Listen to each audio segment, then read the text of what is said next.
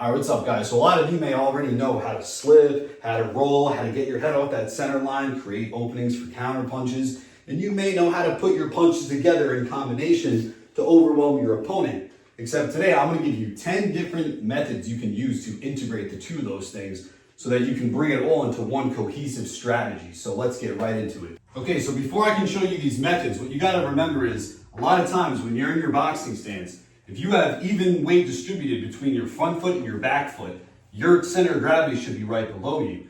When you use head movement, you're always going to be front loading your front foot or rear loading your back foot, in which then your weight distribution would be more like a 70 to 30% split for that moment. So whenever we're talking about how to throw power punches out of your head movement, a lot of times the weight distribution in which side is front loaded go hand in hand, right? If I'm on my front side, I'm getting my head to the left side. If I'm on my rear foot, I'm getting my head to the right side. You don't always need to keep your head right in the center. You can favor the rear side of it, because what this does is it gets your head back off the center going this way a little bit. Because imagine we're playing chess, right? My head is the king. I'm trying to protect it. I don't need to keep this thing right in the middle. I can sort of have it back, and in coming back, I'm also bringing it to my right side. So check this out, right? Gloves up, gloves down. My head is slightly tilted off to the right side. Now, what does this do? This actually empowers my rear hand to throw. So what I can do is, I can jab with my head off the center a little bit. Then when I come with that right shot, I'm able to already have that rear hand set up for some power because my weight is going from my rear foot to my front foot. Or if my head was already neutral, I can move the head off the center as I jab, right? Just like that. Then I come with the right hand. So my weight is going to the back foot, transferring to the front foot. Show you from this angle. Back foot, front foot. I can also move my head over my front foot. So what I'm doing is I'm front loading my weight onto that front foot to change my head position. Now from here, I can also shoot out the jab with this new angle I'm giving my opponent. So this would be neutral. This would be head off the center to the right side. This would be the posture for my head off center to the left side. So now I got three options. 1, 2, and 3. Moving my head with my jab. Now this front loading of my lead foot may remind you of a slip, and that's because that's exactly what it is. So normally, if a guy is throwing a cross at me, assuming he's an orthodox fighter and I'm an orthodox fighter, I can slip my head off the center to then come underneath with that left body shot to the liver. But what I can also do from the outside is I can initiate that angle myself. So if I'm probing the jab, or let's say he himself actually likes to probe the jab at me, I can just take advantage of his hand being out and get my head off center of that arm to come underneath and just force that position on him. So I'm outside, I'm probing, I get in, rip that left body shot, I can even reload, come with the left hook to the head. You can play around with that kind of thing. Now when it comes to using your head movement with the left hooks, a lot of you guys may like to throw the left hook and then weave or roll right back to your starting position. A lot of people do this when they're shadow boxing. You'll see them throw it, continue on. If you're doing mitt work, you can also do the same thing, roll on. But what nobody normally does when they're new is they don't pop out back the other way. So let's say I'm here, right? I'm able to get that left body shot off. Instead of me popping out this way, bring my hand back to my face, I can come back the other way. So it would look something like this. I slip, I pop it, I roll back the other way. I can demonstrate it on the bag for you like so. So I'm here, and I pop back the other way. So what I'm doing is my head position's here, front loaded on the left foot. Instead of going this way, I'm gonna bring my head glove back to my face, roll my head back to my rear foot, and then back to center. So I'll demonstrate it one more time. Slip, rip, pop out the back door. Now, just like before, how I was saying, when you have weight loaded on your rear foot, it empowers the right side. You can also do that after popping out this back door, because if I'm here, I can come back, rear load my foot, come with a cross. Similar to how normally when you do mitt work, when you weave, you come with that right hook, you can take that same transfer of energy with the head movement and just change it into a cross. So instead of me weaving and throwing this right hook up top, I can take that same energy to the rear foot and just send it as a cross. So I can demonstrate on the bag right now. So I'm here, slip, rip, transfer energy, cross. Now speaking of the right cross, a lot of times when we learn, we're taught, we throw that cross, we front load our left foot with the energy, and then we bring it back. We bring our weight back to the center or the rear foot. And a lot of times that right cross sets up the left shot, like I said, because you're front loading that left side. But what's another method we can do how to use our head movement to continue on? What we could do is, when we throw that jab cross, we front load our lead foot, we can roll ourselves and keep going. And we're gonna do that by transferring the weight to the right side. But what could we also do to get our head off line? Take a small step out and then assume a new angle. So let me show you that again. I'm here, I throw the cross, I step out, and now I'm on this new angle. So I can show you on the bag, right? If I were to throw a jab cross, I can come back and just pop out. I can also roll off of that. And then I throw another combination from that new angle. Another method you can do with head movement off of the right cross is when you throw that right cross, you can bring it back. But what you can do is you can step the foot out and bring your head off the center line, loading that front foot. So it looks something like this. Then it loads that right side again. So what you're doing is you're effectively reloading that side instead of throwing the left side to get that weight there. So normally you go jab, cross, left hook, cross, but my head is staying in the center. What I'm gonna do here is I'm gonna jab, cross, slip off line, come with that right cross. Now, what does that simulate? That simulates if I were to lead off with a jab cross, he wants to counter with his own maybe lead side jab, or if he's a southpaw cross, I'm gonna pull my head off and come over the top of that shot. So it would look something like this. What I can do is, for extra safety, I can even get that left side up, chuck that hand up and come. Or if I want to be a little bit quicker, I can pull myself in and throw an uppercut or a right hook off of that reload. So I would look something like this, okay? Or something like this. Because what I'm doing is I'm shaving off time that it would take for me.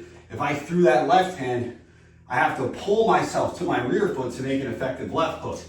I'm trying to shave off those milliseconds by just pop, pop, reload, send it again. So it looks something like this. Okay? Play around with that. Now similarly, the same way I just reloaded my right side, you can always reload your left side. So normally you see guys like Roy Jones, they like that quick 1-3, right? That nice jab, left hook. And the way they'll do it is they'll basically just throw the jab, slightly bring it back, and whip that long left hook across. But what you can do is you can integrate the head movement to load the hip and also get your head off the center line. Because if I were to do a full jab, a full reload, a full left hook, it could wrench some power, but there's that interval where he could hit me in between. So what I'm going to do is to front load that foot and then send the punch again safely is I'm going to jab, I'm going to bring my head off center, then I'm going to whip it across. So it looks something like this. Okay? And then, once again, if I rip through the bag or my target, whatever I'm hitting, I could go continue through, or I could pop out that back door I was talking about. Okay? You see how I threw 3 punches with 3 head movements integrated into those punches. Now, so far, I've been talking about how you can force the action on the opponent and use your head movement punches together. Let's talk about if they're the one that's coming at you and you want to use this method while counterpunching. Well, here's one thing, right? If a guy throws a jab at you, a very common defense is to just catch it, throw your own jab. Or, you can slip it, come with a cross. If they're southpaw, you would then pick off their lead hand. You try to, find a counter off of that, whether you're using your feet, your head, or your hands, right? But what you can do is you can actually let them come into you, get your head off center while hitting them simultaneously, right? So how would I do that? If a guy was going to throw a cross at me, instead of me slipping and looking to rip on him, I can actually take my foot, put it out, get my head off center, and send that punch so that way I'm clearing the lane of his shot while I'm landing my own shot, okay? And that can be done from the right side, or if he's throwing a jab at me, it can be done from the left side. okay? So left side, right side. On my right side, I'm taking that half step. On my left side, I should be in line already, so I'm just getting my head off center, or I can have my foot assist me with a slight step. And normally, this is if they're going first on you and you're looking to hit them at the same time. But usually, if you're using your jab to probe them, you can almost expect them to counter your jab, especially if it's a single jab. And that's when you look to counter their shot simultaneously, using your head movement with your punch. So before I was talking about how to load your rear side to throw the hand. But what we also could do is, instead of literally slipping to our right side, we can do what's called a rollback, which is I'm in my stance, right? My feet aren't gonna move. I can transfer my energy to the lead side, or I can transfer my energy to the right side. Notice my feet are not moving this time. It's just my upper body shifting weight by loading in the rear or the front. So let's say I want to be able to counter this guy quick. I don't want to move my feet out of position to have to bring them back into the position. What I can do is I can do what's called that rollback, where I can put a jab out and sort of lean back on my rear side. This helps counterweight, gets me controlling the traffic in the front if they're leading with jabs or crosses. And then I can throw a nice rear shot from having that foot loaded, okay? So I'm here, right? I'm in neutral position. I would throw a rear shot like so. What I'm gonna do is I'm kind of fighting off my back foot for that moment to then send a nice rear shot. So I'm here. My head is in neutral, right? I'm slowly leaning back. Boom, right there. They're coming at me with some stuff. They're moving into me. I'm slowly leaning back. Boom, right there. That's another thing you play around with so that you don't have to move your feet out of position. They stay in position, and it's just all your head movement and your torso movement to set up those shots. And lastly, let's talk about how to use your head movement when you miss shots, right? Because a lot of times, we all train to hit shit, right? We get on bags, pop, pop, pop, we go to work. What about when you miss stuff? When you're shadow boxing, yeah, it's easy to bring back straight shots. What do you do about the hooks that you miss? There's a lot of times guys debating, like, when you're throwing the left hook, should you place it and come back? Should you roll through it? Well, I'm gonna tell you right now, it's easy to say that you would touch and come back. When you're really wrenching power, you're using these methods where you're front loading or rear loading. It's gonna be hard to bring that hand back because it's not meant to not meet its mark. So here's what you could do. If I miss a left hook, I can continue on, but instead of coming up with this same headshot, something like this, I can change the punch that I'm gonna use when I roll through. So maybe my intention was just jab cross left hook. I miss with that left hook, I roll through. I come with the right uppercut, okay? Maybe I wanna throw a jab cross, right? I wanna bring that hand back, but I miss it. I can jab cross, roll, cross. Or maybe I miss with a, I don't know, let's say left uppercut, right? I want to go jab, cross, left uppercut. If I miss with that, I can then rear load my right side because I'm not going to sit there and intend on bringing this back and getting caught. So you could just float with this while you shadow box, right?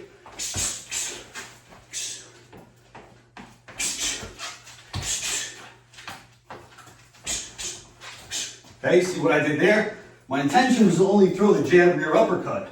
Because I missed, I rolled through and I front load. So that's just how it goes. You use your momentum, your torso, your head, and your punches in your stepping out footwork all in one cohesive strategy.